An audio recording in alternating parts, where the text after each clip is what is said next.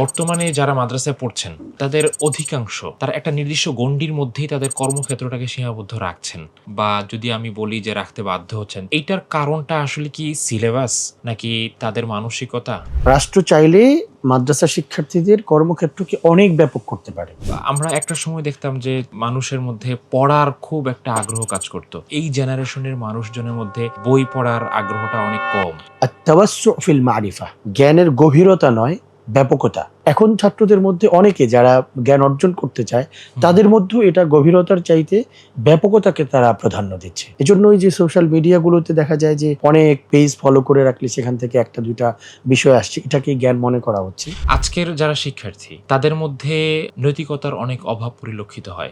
আপনার কাছে এর কারণ কি মনে হয়? কোরআনে কারীমের যে একটা আয়াত আছে, আল্লাহকুমুত তাকাসুর, আধিক্য তোমাদেরকে ধ্বংস করে দিয়েছে। কিসের? এখন আমার পরিচিতির আধিক্য। আমি পরিচিতি কিভাবে করতে হবে আমার